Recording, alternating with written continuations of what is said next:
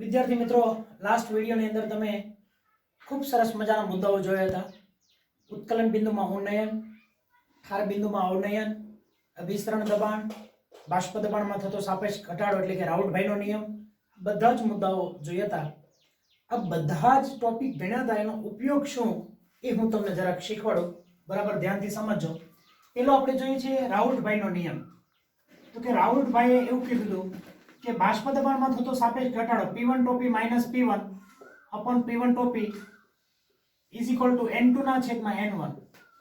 આ આપણે સૂત્ર ભણ્યા હતા કે બાષ્પ દબાણમાં થતો સાપેક્ષ ઘટાડો, શુદ્ધ દ્રાવકમાંથી દ્રાવણનું બાષ્પ દબાણ કાઢો એટલે શુદ્ધ દ્રાવકનું બાષ્પ દબાણ હંમેશા વધારે હોય. એમાં તમે દ્રાવણ બનાવો એટલે બાષ્પ દબાણ ઘટે, એટલે બાષ્પ દબાણમાં થતો સાપેક્ષ ઘટાડો દ્રાવ્યના મોલન્સ જેટલો હોય છે.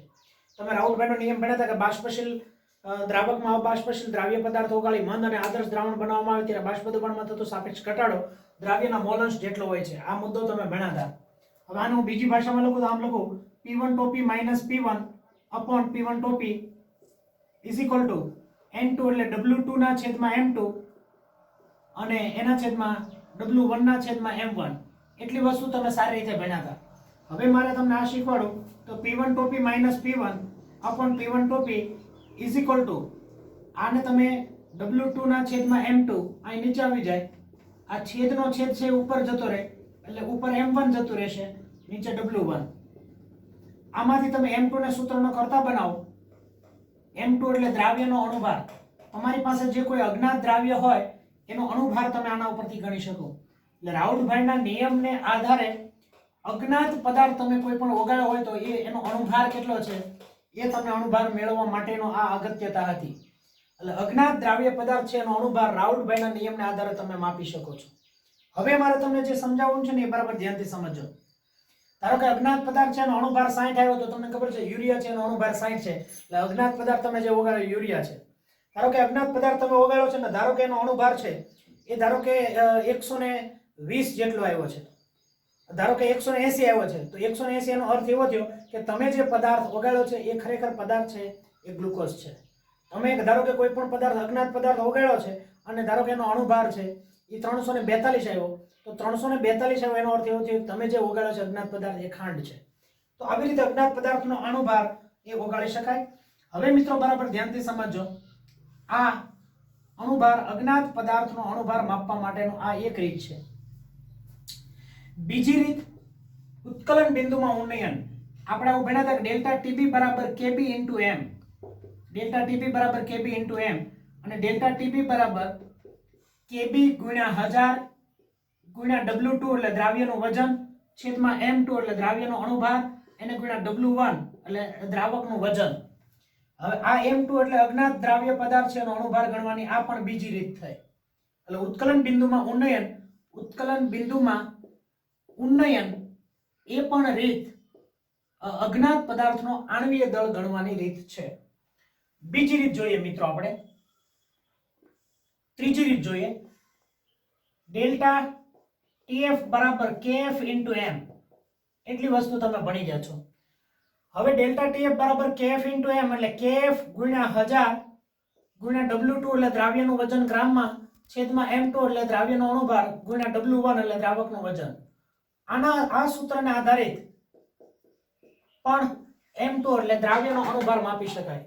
તો દ્રાવ્યનો અણુભાર માપવાની આ ત્રીજી રીત થઈ. ચોથી રીત તમે ભણી ગયા છો અભિસરણ. આ છે ઠાર બિંદુમાં અવનયન, ઠાર બિંદુમાં અવનયન. ચોથી રીત છે અભિસરણને આધારિત રીત છે એ અભિસરણ દબાણ. અભિસરણ દબાણ માટે તમે એક આવું સૂત્ર ભણી ગયા હતા પાઈ બરાબર CRT, પાઈ બરાબર CRT. C ની જગ્યાએ M પણ લખી શકો. M એટલે મોલારિટી. હવે બરાબર ધ્યાનથી સમજો. પાઈ બરાબર CRT, C બરાબર MRT પણ તમે લખી શકો. MRT ન લખવું હોય તો મોલારિટી બરાબર મોલ પ્રતિ લીટર એટલે N/V પણ લખી શકાય. એટલે આમ પણ લખી શકો NRT/V. પાઈ બરાબર, હજી તમે આમ પણ લખી શકો પાઈ બરાબર મોલ બરાબર વજનના છેદમાં અણુભાર. N બરાબર તમે પણ જાણો છો W/M. વજનના છેદમાં અણુભાર મોલેક્યુલર વેઇટ, વેઇટના છેદમાં મોલેક્યુલર વેઇટ એટલે આમ લખી શકો WRT upon n ની જગ્યાએ મેં W લખ્યું upon m લખું છું m into v. આ પણ અજ્ઞાત પદાર્થનો આણ્વીય દળ ગણવા માટેની રીત છે. તો અણુભાર ગણવાની આ 4 રીત છે. રાઉટના નિયમના આધારે પણ અજ્ઞાત પદાર્થનો આણ્વીય દળ ગણી શકો. ઉત્કલન બિંદુમાં ઉન્નયનના આધારે અણુભાર ગણી શકો છો. ઠાર બિંદુમાં અવનયનના આધારે પણ અણુભાર ગણી શકો છો. અભિસરણ દબાણના આધારે પણ અણુભાર તમે ગણી શકો છો. દાખલા તરીકે તમારે અણુભાર ગણવાના આ ઉત્કલન બિંદુમાં ઉન્નયનને kb ઉન્નયન એટલે kb અને ડેલ્ટા tb ને બધું આપી દે અને દ્રાવકનું વજન આપી દે અને દ્રાવ્યનું વજન તમને વજન કરી તમે ઓગાળશો એટલે અજ્ઞાત દ્રાવ્ય છે એનો અણુભાર માપી શકો. અણુભારના આધારે કયો પદાર્થ તમે ઓગાળો એ થોડુંક તમે અનુમાન કરી શકો છો. પરંતુ મિત્રો જ્યારે આ બધી રીત છે એ આ બધી જ રીતનો એક જ નિચોડ છે કે વિદ્યુતના અવિભાજ્ય હોય, ટૂંકમાં અવિભાજ્ય પદાર્થ હોય એ અવિભાજ્ય પદાર્થ માટે આ સાચું છે. આ અણુભાર ગણવાની એટલી બધી રીતો છે એ બધી રીત માત્ર ને માત્ર જે પદાર્થને તમે પાણીની અંદર નાખશો ત્યારે એનું સુયોજન કે વિયોજન ન થાય તેના માટેની આ રીત છે. દાખલા તરીકે ગ્લુકોઝ હોય, ખાંડ હોય, યુરિયા હોય, આ બધી જ વસ્તુઓ છે. આ બધા પદાર્થો આ એવા પદાર્થો છે કે આને તમે પાણીમાં નાખો તો જેટલા મોલ નાખો એટલા જ મોલ એમાં રહે. નો એમાંથી કાંઈ આયનો છૂટા પડે, ન એમાં આયનો કાંઈ જોઈન્ટ થાય. એટલે આવા બધા પદાર્થો છે કે વિદ્યુતના અવિભાજ્ય પદાર્થો છે કે જેનું આયનીકરણ ન થાય, જેમાંથી આયનો છૂટા ન પડે, એનું સુયોજન પણ ન થાય, એવા બધા માટે આ 4 રીત સાચી છે. પરંતુ મિત્રો તમે જ્યારે મીઠું હોય, NaCl હોય, KOH હોય, MgCl2 હોય, આવા બધા જ પદાર્થો જ્યારે તમે પાણીમાં ઓગાળો તો ખરેખર આનો જે અણુભાર મળવો જોઈએ એ અણુભાર દાખલા તરીકે NO નો છે 23 છે, આનો 35.5 છે, ટોટલ કરશો તો 58.5 આવવો જોઈએ. પરંતુ જ્યારે તમે ગણતરી કરવા જશો તો આનો અણુભાર છે 58.5 નહીં આવે. આમાંથી કોઈ પણ રીત વાપરો તમે, રાઉટભાઈનો નિયમ લો, ઉત્કલન બિંદુમાં ઉન્નયન લો, ઠાર બિંદુમાં અવનયન લો કે અભિસરણ દબાણની રીતે અણુભાર ગણવા જશો તો આમાંથી NaCl, KOH, MgCl2 આનો એકેયનો અણુભાર જે આવવો જોઈએ સાચો એટલો અણુભાર નહીં આવે. એનું કારણ શું? તો એ કારણ જોવા માટે આપણે આની પછીનો મુદ્દો એ ભણવાનો છે. એ શા માટે અસામાન્ય આણ્વીય દળ મળે છે, શા માટે ખોટો અણુભાર એનો મળે છે, એ બધા જ મુદ્દાઓ છે એ જોઈએ. ત્યાં સુધી આ બોર્ડ વર્ક તમે કરી લો. હવે મિત્રો પ્રશ્ન એવો આવ્યો કે જો આવો આપણને ખોટો અણુભાર મળે તો એને ખરેખર સાચો અણુભાર ગણવા માટે શું કરવું જોઈએ? દાખલા તરીકે તમે NaCl છે એનો અણુભાર ગણવા જાઓ તો આવવો જોઈએ 58.5, એને બદલે કંઈક અલગ આવે. દાખલા તરીકે તમારી પાસે NaOH છે તો એનો અણુભાર આવવો જોઈએ 40, તો એને બદલે અલગ આવે. દાખલા તરીકે તમારી પાસે એસિટિક એસિડ છે તો એનો અણુભાર માપવા જાઓ તો આવવો જોઈએ 60. સૈદ્ધાંતિક રીતે એટલે ગણતરી પ્રમાણે કે એક કાર્બનનો 12, બીજા કાર્બનનો 12 એટલે 12 દુને 24, આ એકનો 16, બીજાનો 16 એટલે બીજા 32, આ 4 બીજા એટલે આનો ટોટલ કરશો એટલે 60 આવશે. તો કહેવાનો અર્થ તમને આવો જ્યારે ખોટો અણુભાર મળે, આ 4 રીત ઉત્કલન બિંદુમાં ઉન્નયન, ઠાર બિંદુમાં અવનયન, રાઉટભાઈનો નિયમ, બાષ્પ દબાણમાં થતો સાપેક્ષ ઘટાડો અને છેલ્લી રીત અભિસરણ દબાણ, આ 4 રીત અણુભાર ગણવાની છે. પરંતુ આવા બધા પદાર્થો કે આને તમે પાણીમાં નાખો એટલે વિયોજન થાય, આને પાણીમાં નાખો તો વિયોજન થાય, આને પાણીમાં નાખો તો એકને એક એસિટિક એસિડના અણુઓ હોય, દાખલા તરીકે આમ CH3COOH, એવી રીતે બીજું CH3C ડબલ બોન્ડ OH, આ બીજો એસિટિક એસિડનો અણુ. તો પાણીમાં આને પધરામણી કરો તો એક બે અણુ જોઈન્ટ થયેલા રહે તો આનો અણુભાર આવવો જોઈએ 60, પણ પ્રયોગ કરીને ગણો તો 120 આવે કારણ કે એક બે અણુ જોડાયેલા હોય. આનો અણુભાર આવવો જોઈએ 58.5, પણ તમે ગણતરી કરીને ગણવા જાઓ તો આ જે Na પ્લસ અને Cl માઇનસ હોય એનાથી અણુભાર ઓછો આવે કારણ કે તમારે એક Na પ્લસ હોય, Cl માઇનસ તો અલગ થઈ ગયો હોય. તો આવું જ્યારે બને ત્યારે શું કરવું? તો ત્યારે એક સરસ મજાની વાત મિસ્ટર હોન્ટોફભાઈ નામના વૈજ્ઞાનિકે કીધું. હોન્ટોફ નામના વૈજ્ઞાનિકે બહુ સરસ મજાની રીત આપી અને એને એક પોતાનો ફેક્ટર રજૂ કર્યું, આઈ અવયવ રજૂ કર્યો, એને વોન્ટ ઓફ અવયવ આઈ કહેવામાં આવે છે. તો કે આ બધી ગણતરી કરતા પહેલા તમે આઈ ગણી લો, તો આઈ ગણી લો અને એની કિંમત તમે મૂકી દો આપેલા સૂત્રની અંદર, એટલે તમને સાચો અનુભાર મળી જાય. આ સૂત્રની અંદર માત્ર તમારે આઈ ફેક્ટર લાગુ પાડવાનું. તો પ્રશ્નાર્થીઓ આઈ કઈ રીતે ગણવો, તો આઈ ગણવાની પહેલા તમને એક રીત શીખવાડું છું, પછી જુદી જુદી અલગ અલગ રીત શીખવાડું છું. પહેલી રીત છે કે દાખલા તરીકે સુયોજન અથવા તો પહેલા વિયોજન તમને શીખવાડું છું. વિયોજન એટલે છૂટા પડવું, વિયોજન એટલે છૂટા પડવું. દાખલા તરીકે NaCl હોય તો NaCl માંથી Na+ અને Cl છૂટા પડે છે, એને વિયોજન થયું. કે વિયોજન એટલે છૂટા પડવું. તો શું કરવાનું, તો કે આ વિયોજન જ્યારે થતું હોય ત્યારે તમારે આ ગણવા માટેનો એક રીત યાદ રાખવાની છે કે દ્રાવ્યના કુલ મોલ વિયોજન પછીના કુલ મોલ અહીંયા જેટલા હોય એ લખવાના. અને અહીંયા લખું છું નીચે દ્રાવ્યના કુલ મોલ વિયોજન પહેલાના. આ પહેલી રીત. સિમ્પલ એટલું સૂત્ર તમારે યાદ રાખવાનું છે. તમારે વોન્ટ ઓફ અવયવ આઈ ગણવો હોય તો દ્રાવ્યના કુલ મોલ વિયોજન પછીના અને દ્રાવ્યના કુલ મોલ લખવાના વિયોજન પહેલાના.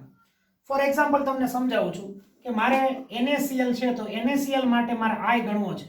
તો આઈ ગણવો હોય તો દાખલા તરીકે આનું વિયોજન કરો, ધારો કે 100% એનું આયનીકરણ થાય છે, તો Na+ વત્તા Cl માઈનસ. તો હવે મને કહો તો કે દ્રાવ્યના કુલ મોલ વિયોજન પછીના, દાખલા તરીકે અત્યારે મેં આ 1 મોલ લીધો છે NaCl, તો આ 1 મોલ બન્યો Na+ અને 1 મોલ બન્યો Cl માઈનસ. તો હવે તમે મને કહેશો કે દ્રાવ્યના કુલ મોલ વિયોજન પછીના કેટલા મોલ થયા, તો 1 મોલ આનો અને 1 મોલ આનો, એટલે કુલ મોલ ગણવાના 2. દ્રાવ્યના કુલ મોલ વિયોજન પહેલાના કેટલા છે, તો કે 1, તો આ 1, તો આનો વોન્ટ ઓફ અવયવ આઈ ની કિંમત થઈ 2. સિમ્પલ. હજી એક બીજું તમને ઉદાહરણ સમજાવું છું. આ આઈ પહેલા તમે બરાબર ગણતા શીખી લેજો, કારણ કે આ ખૂબ અગત્યનો મુદ્દા ઉપર અત્યારે આપણે વાત કરી રહ્યા છીએ. અને આમને આધારિત વોન્ટ ઓફ અવયવ આઈ ને આધારિત, પછી એની પછીનો વિયોજન અંશને આધારિત બહુ મુદ્દાઓ છે, અગત્યના છે. ફોર એક્ઝામ્પલ બીજું ઉદાહરણ તમને સમજાવું છું. MgCl2, તો આનું 100% આપણે આયનીકરણ થાય એવું સમજી લઈએ છીએ. તો Mg+2 હોય પ્લસ 2Cl માઈનસ હોય, 2 Cl આમાંથી છૂટા પડે. દાખલા તરીકે શરૂઆતના મોલ કેટલા છે, તો કે 1. આના કેટલા મોલ 1, તો આના કેટલા મોલ, તો કે 2 છે, 2 મોલ છે. તો મને વોન્ટ ઓફ અવયવ આઈ કયો, વિયોજન પછીના મોલ કેટલા છે દ્રાવ્યના કુલ મોલ, તો કે 2 મોલ આના અને 1 મોલ આના, એટલે 3. વિયોજન પહેલાનો 1 જ મોલ છે, એટલે કેટલા થયા, આનો વોન્ટ ઓફ અવયવ કેટલો આવ્યો, 3. હજી એક તમને ત્રીજું ઉદાહરણ એક સમજાવું છું, બરાબર ધ્યાનથી સમજો. Al2SO4 થ્રાઇસ, તો આમાં ખરેખર 2Al+3 હોય. તમને ખબર છે આની સંયોજકતા આને મળે એટલે Al+3 હોય, પ્લસ આની સંયોજકતા આને મળે એટલે SO4-2 હોય. પણ SO4 કેટલા છે, તો કે 3. તો હવે મને કહો તો 2 મોલ આના થયા અને 3 મોલ આના થયા,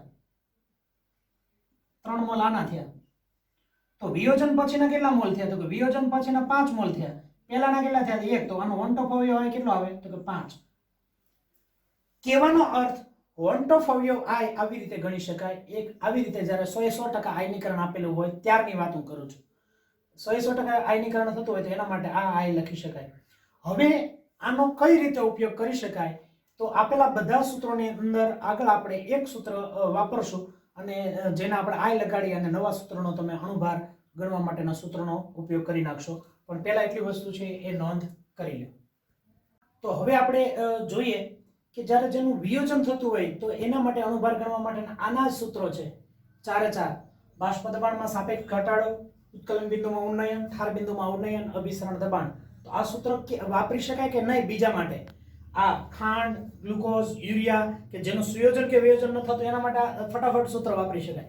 પરંતુ જેના સુયોજન થાય છે, દ્રાવણમાં નાખતા જે ભેગા થાય છે અથવા તો દ્રાવણમાં નાખતા જેમાંથી આયનો છૂટા પડતા હોય, એના માટે સૂત્ર જ્યારે તમે વાપરો છો ત્યારે એટલી જ વસ્તુ ધ્યાનમાં રાખવાની. આ જે સૂત્ર છે એને આગળ ખાલી માત્ર લખી નાખવાનું આઈ, વોન્ટ ઓફ અવયવ આઈ વડે અહીં ગુણી નાખવાનું અને આના આધારે તમે ગણી શકો. દાખલા તરીકે ડેલ્ટા ટીબી બરાબર કેબી ઇન્ટુ એમ, પણ જેનું સુયોજન કે વિયોજન નથી થતું એના માટે, પણ સુયોજન કે વિયોજન દ્રાવણમાં નાખતા થતું હોય એને આગળ આઈ લગાડી દેવાનું. એટલે આ સૂત્રની અંદર માત્ર તમારે શું ઉમેરવાનો નવો ફેક્ટર આઈ. આઈ કઈ રીતે ગણાય એ મેં તમને આગળ શીખવાડ્યું છે કે કોઈ પણ દ્રાવ્યના કુલ મોલ છે એ વિયોજન થયા પછીના અને છેદમાં કોઈ પણ દ્રાવ્યના કુલ મોલ છે એ વિયોજન પહેલાના, એટલી વસ્તુ તમારે આની અંદર લેવાની છે. સાથે સાથે આમાં પણ તમને કહી દઉં છું, આની અંદર આઈ ગુણી શકાય. ડેલ્ટા ટીએફ બરાબર કેએફ ઇન્ટુ એમ, અહીંયા આઈ વડે ગુણશું. આની નીચે પાછા સાથે અભિસરણ દબાણની અંદર રીતે લખી શકશું આઈ સીઆરટી અથવા તો આઈ એમઆરટી અથવા તો આઈ એનઆરટી અપોન વી અથવા તો આઈ ડબલ્યુઆરટી અપોન એમવી. આની અંદર આઈ લાગુ પાડી શકાય. આ આઈ ફેક્ટર ક્યારે વોન્ટ ઓફ વાય નો અવયવ, અને આઈ ને શું કહેવામાં આવે છે તો વોન્ટ ઓફ વાય નો અવયવ. તો વોન્ટ ઓફ નો અવયવ ક્યારે લાગુ પાડી શકો તમે તો કે વોન્ટ ઓફ વાય નો અવયવ માત્ર ને માત્ર જ્યારે તમને કોઈ પણ પદાર્થ આપ્યો છે એનું વિયોજન થતો હોય, આયનો છૂટા પડતા હોય, સુયોજન થતું હોય, અણુઓ જોઈન્ટ થતા હોય, એવું પરિસ્થિતિની અંદર જ વોન્ટ ઓફ વાય નો અવયવ એટલે આઈ ફેક્ટર છે એ ઉમેરવાનો છે. હજી આપણે આઈ ગણવાની થોડી પ્રેક્ટિસ કરીએ, પણ આ સૂત્રો બરાબર યાદ રાખજો. આઈ લગાડેલા સૂત્રો છે એ બરાબર તૈયાર તમારે કરવાના છે, એ લખી નાખશો એટલો. હવે એવી ને એવી બીજી વોન્ટ ઓફ અવયવ આઈ માટેની આપણે પ્રેક્ટિસ કરીએ. દાખલા તરીકે મેં તમને એક બીજું ઉદાહરણ આપેલું છે K for Fe6. આ ઘણી બધી વાર પ્રશ્ન પૂછાઈ ગયેલો છે, એના માટે વોન્ટ ઓફ અવયવ આઈ ગણો. તો મિત્રો આ આખું ચેપ્ટર એક સંકીર્ણ સંયોજનો તમારે આખું ચેપ્ટર ભણવાનું છે, પરંતુ આમાં યાદ રાખો K4 એટલે આનું તમે આયનીકરણ કરો એટલે 4K+ છૂટા પડે. આ 12 ખોખાની 12 હોય એટલે આયનો છૂટા પડે, અને ખોખું આખું છૂટું પડે. એટલે ખોખું આખું એટલે આમ છૂટું પડે ખરેખર તો FeCN6 આ 4 સંયોજકતાને મળે. ખોખું પાછળ છે એટલે ઋણાયન છે એટલે અહીંયા માઈનસ ઋણાયન લખવાનો, અને આ પ્લસ છે, આની નીચે 1 છે એટલે આની એક સંયોજકતા મળે. ટૂંકમાં તમારે આવો કોઈ પણ ટોપિક પ્રશ્ન પૂછાય તો ખોખા આખું રાખવાનું, બીજા 12 ના આયનો હોય એટલા છૂટા પાડવાના. એટલે આમાં K4 છે અને FeCN6 એ ખોખું આખું છે એટલે આમ છૂટું પડે. એટલે આમાં ટોટલ આના કેટલા આયનો છૂટા પડ્યા તો કે આના ટોટલ 4 અને વત્તા 1 આ ખોખું એટલે ટોટલ કેટલા છૂટા પડ્યા 5. એટલે વોન્ટ ઓફ અવયવ આના માટે શું થશે તો કે 5. કેવી રીતે 5 લખ્યા તો આપણે ભણી ગયા કુલ મોલની સંખ્યા પણ વિયોજન થયા પછીની એટલે 4 નહીં 5, અને કુલ મોલની સંખ્યા વિયોજન પહેલા તો એક જ આખો હતો, એક જ મોલ હતો આખો એટલે 1 મોલ હતો. આવી રીતે આનો વોન્ટ ઓફ અવયવ છે એ 5 થશે. ફોર એક્ઝામ્પલ હજી હું તમને બીજું એક ઉદાહરણ આપું છું કે K3FeCN6. ચાલો તો હવે તમને આ આવડવું જોઈએ. K3FeCN6 આમ તમારે ગણવું હોય તો આમ તમે ગણી શકો 3K+, 3K છે એ પ્લસ છે અને એક આખું ખોખું છે એટલે કે આમ લખી શકો FeCN6 -3, કારણ કે આની સંયોજકતા છે આને -3 મળે એટલે ટોટલ 3 + 1 એટલે ટોટલ થયા 4. એટલે વોન્ટ ઓફ અવયવ તમે આઈ ગણશો તો 4/1 એટલે ટોટલ થશે 4. તો આવી રીતે છે એ વોન્ટ ઓફ અવયવ આઈ તમે ગણી શકો, પણ માત્ર ને માત્ર ક્યારે તમે ગણી શકો કે જ્યારે એનું 100% આયનીકરણ થતું હોય ત્યારે. હવે મારે તમને આમાં એક બહુ અગત્યનો મુદ્દો શીખવવાનો છે. વિયોજન અંશ આલ્ફા. એ વિયોજન અંશ આલ્ફા હું તમને ગણતા શીખવાડું છું. દાખલા તરીકે ઘણીવાર એવું છે કે જે પદાર્થ છે એને તમે પાણીની અંદર નાખશો અને પાણીની અંદર નાખ્યા પછી જેનું ઓછું આયનીકરણ થશે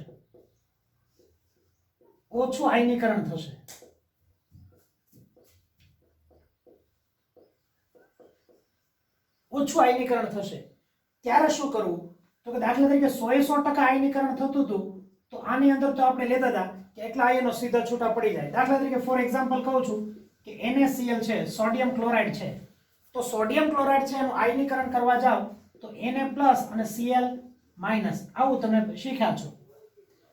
પરંતુ આની જગ્યાએ તમે આનું આયનીકરણ કરવા જશો એટલે આમાંથી 2 આયનો છૂટા પડશે, આનો 1 આયન છૂટો પડશે એટલે 2/1 એટલે આનો આય વોન્ટ ઓફ અવયવ તમે જનરલી અત્યાર સુધી આમ કરતા હતા 2/1 એટલે 2 થતો હતો.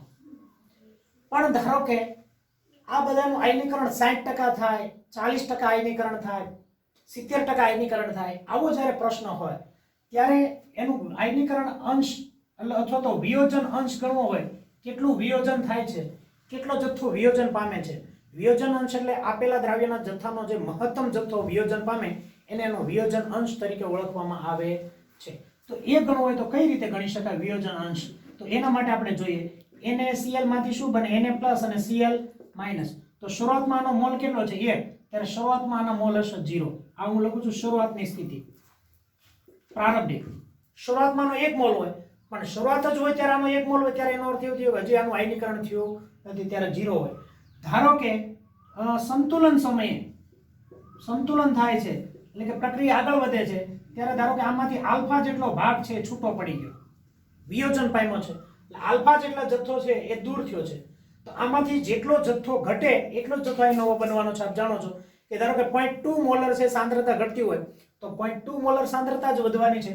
તો આલ્ફા જેટલો જથ્થો ઘટે તો અહીં કેટલો વધે, તો આલ્ફા. અહીં કેટલો બન્યો, તો આલ્ફા, કારણ કે એક મોલ બન્યો છે, એક મોલમાંથી એક મોલ બન્યો એટલે આલ્ફા જેટલો ઘટે તો નવો આલ્ફા જેટલો જ બને. હવે તમારે આનો વન ટોપ અવયવ I ગણવો હોય તો કઈ રીતે ગણવાનો? તો આનો ટોટલ લખવાનો, તો 1 - alpha plus alpha plus alpha. એટલી વસ્તુ તમને ખબર પડી ગઈ. આ ક્યારનો છે? વિયોજન પામ્યા પછીનો. અને વિયોજન પામ્યા પહેલાનો જથ્થો કેટલો છે? તો 1 છે, 1 મોલ છે. આ વિયોજન થઈ ગયા પછીની સ્થિતિ છે, વિયોજન પહેલાની સ્થિતિ આ છે.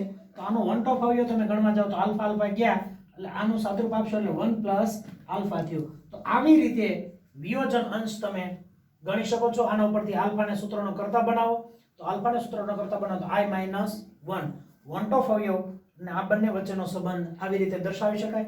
હવે ધારો કે આનું 100% આયનીકરણ થયું, 100% આયનીકરણ થયું, તો આલ્ફાની જગ્યાએ હું કેટલા લખી શકું? 100% એટલે અહીં 1 લખી શકું, 1. તો અહીં હું 1 લખું એટલે 1 + 1 એટલે કેટલા થયા? આ 2 નથી, આ આલ્ફા છે. 1 + 1 એટલે કેટલા થયા? 2. તો જો NaCl માં વન ટોપ અવયવ 2 જ આવે, પણ 100% થાય તો. પણ 100% ન થતું હોય એટલે થોડુંક જ વિયોજન પામતું હોય તો આ સૂત્ર લખી નાખો 1 + આલ્ફા. આવી રીતે ગણતરી કરી શકાય. હજી બીજા ઉદાહરણોને આપણે પ્રેક્ટિસ કરીએ, એટલું પહેલા બોર્ડ વર્ક કરી લે. વિયોજન અંશ આલ્ફા ગણવા માટે બીજું એક ઉદાહરણ આપણે જોઈએ, MgCl2. આપ જાણો છો Mg+ હોય, Mg+2 હોય અને +2Cl- હોય. હવે તમને ખબર છે કે શરૂઆતમાં મોલ, તો કે શરૂઆતમાં MgCl2 ના 1 મોલ છે ત્યારે શરૂઆત ન થઈ હોય એટલે આના 0 મોલ કહી શકાય. હવે સંતુલન સમયે તમે જોશો તો સંતુલન સમયે આમાંથી ધારો કે આલ્ફા જેટલો જથ્થો ઘટ્યો તો કેટલો જથ્થો બને? તો કે આલ્ફા. કેટલો જથ્થો બને? તો કે આલ્ફા નહીં, 2 અહીંયા મોલ આગળ છે એટલે 2 આલ્ફા જેટલો જથ્થો બને. હવે આનો વન ટોપ અવયવ I તમે ગણતા શીખવાડો તો આ બધાનો ટોટલ સરવાળો કરવાનો, 1 - alpha plus alpha plus 2 alpha by વિયોજન પછી એટલે સંતુલન સમય એટલે વિયોજન પછીનો થયો અને સંતુલન એટલે ટૂંકમાં પ્રક્રિયા પહેલાના કુલ મોલ એટલે પ્રક્રિયકના મોલ 1 છે, અહીં 1 લખ્યું એટલે શું થશે? આલ્ફા ગયા એટલે શું થશે? આના માટે 1 + 2 આલ્ફા બાય 1. આ વન ટોપ અવયવ I. આવી રીતે MgCl2 માટે તમે ગણી શકો. હજી બીજું ઉદાહરણ આપું છું. ચાલો મને આનું એક ઉદાહરણ સમજાવો તો K4FeCN6. ચાલો આના માટે વિયોજન અંશ આલ્ફા મારે ગણવો હોય તો કઈ રીતે ગણી શકાય? જો આમાં કેવી રીતના પ્રશ્નો પૂછાય તમને કહી દઉં છું. ઘણીવાર તમને એમ કે 60% વિયોજન થશે તો એનો વન ટોપ અવયવ જણાવો. તો અહીંયા 60% એટલે શું લખાય? 60 ભાગ્યા 100 એટલે 0.6. અહીંયા 0.6 આનો સાદરૂપ આપો અને સાદરૂપ આપો એટલે વન ટોપ અવયવ I મળી જાય. 60% વિયોજન થાય ત્યારે વન ટોપ અવયવ I આ રીતે ગણી શકાય. તો આવી રીતે બરાબર સમજો. હાલો ચાલો મને આનું શીખવાડો તો કે 4K પ્લસ FeCN6 -4. તો બોલો શરૂઆતના આના મોલ કેટલા હશે? તો કે સાહેબ શરૂઆતના આના મોલ હશે 1, ત્યારે આના 0, આના 0. સંતુલન સમયે શીખવાડો હાલો તો કે સાહેબ સંતુલન સમયે 1 - આલ્ફા, ત્યારે આના કેટલા હશે? તો કે સાહેબ 4 આલ્ફા. કેમ? તો કે 4 મોલ છે, 4 આલ્ફા પ્લસ આલ્ફા. હવે આનું તમે મને ટોટલ કહો તો I મારે ગણવો હોય તો આમ લખી શકાય 1 - alpha plus 4 alpha plus alpha by 1. Alpha ગયા પ્લસ આલ્ફા અને માઇનસ આલ્ફા એટલે અહીં શું લખી શકશો? 1 + 4 આલ્ફા બાય 1 એટલે 1 + 4 આલ્ફા જ કહેવાય. તો આવી રીતે આનો વન ટોપ અવયવ છે I એ ગણી શકો છો. દાખલા તરીકે મારી પાસે હજી એક આવું સંયોજન છે કે દાખલા તરીકે તમારા ટેક્સ્ટ બુક ની અંદર જે આપેલો છે સૂત્ર, એ ટેક્સ્ટ બુક નું સૂત્ર હું તમને શીખવાડું છું. દાખલા તરીકે તમારી પાસે a ની n જેટલા અણુઓ છે, તો એનું આયનીકરણ થયું n a જેટલા આયનો છૂટા પડ્યા. જેટલા ટોટલ સંખ્યા હતી એમાંથી એટલી સંખ્યા છૂટી પડી. તો આના શરૂઆતમાં શું લખશો તમે? 1. ત્યારે આનો શું લખશો? 0. આનો કેટલો લખશો? તો કે 1 માઇનસ આલ્ફા. 1 માઇનસ આલ્ફા જેટલું થયું. તો આ કેટલા થયા? તો કે n આલ્ફા. આનો તમે વન ટોફ અવયવ i ગણો તો વન ટોફ અવયવ i શું થશે? તો કે વન ટોફ અવયવ i થશે 1 minus alpha plus n alpha by 1. આનું તમે સાદુરૂપ આપશો તો આ 1 આ બાજુ આવશે તો i માઇનસ 1 આ બાજુ આવ્યું. આમાંથી આમ લખી શકાય n આલ્ફા માઇનસ આલ્ફા. બીજી ભાષામાં કહીએ તો અને આમાંથી તમે આલ્ફા કોમન કાઢો એટલે n માઇનસ 1 ઇન્ટુ આલ્ફા. આલ્ફાને સૂત્રનો કરતા બનાવો તો આલ્ફા ઇઝ ઇક્વલ ટુ આ તો i માઇનસ 1 છે જ. આલ્ફાને સૂત્રનો કરતા બનાવો તો alpha is equal to i minus 1 upon n minus 1. આ તમારું સૂત્ર છે, જનરલ સૂત્ર. આ તમારા ટેક્સ્ટ બુક ની અંદર આપેલું છે, પણ આ બધા સૂત્રો ગોખવાની જરૂર નથી. આવું કોઈ પણ ન પૂછાય તો આપણી રીતે જ આપણે આપી શકવાના છીએ. હવે જુઓ, વન ટોફ અવયવ i તમે અહીં મૂકી દો, 1 મૂકી દો, n એટલે વિયોજન પામનાર સંખ્યા. દાખલા તરીકે MgCl2 હોય તો Mg1 અને 2Cl એટલે અહીં 3 મૂકી શકાય. બરાબર? i વન ટોફ અવયવ i છે એ તમે ગણતરી કરેલી છે, i મળી જાય આ સંખ્યા મૂકી દો. આવી રીતે તમે ગણી શકો છો. તો આ મેં તમને શીખવાડ્યું વિયોજન અંશ આલ્ફા. આપેલા દ્રવ્યનો જે મહત્તમ જથ્થો વિયોજન પામે એની સંખ્યાને એનો વિયોજન અંશ આલ્ફા તરીકે ઓળખવામાં આવે છે. આવતો લેક્ચર જ્યારે આવે ત્યારે આવતા લેક્ચરની અંદર સુયોજન અંશ અને આમના આધારિત દાખલાઓ છે એ આપણે સારી રીતે જોવાના છે.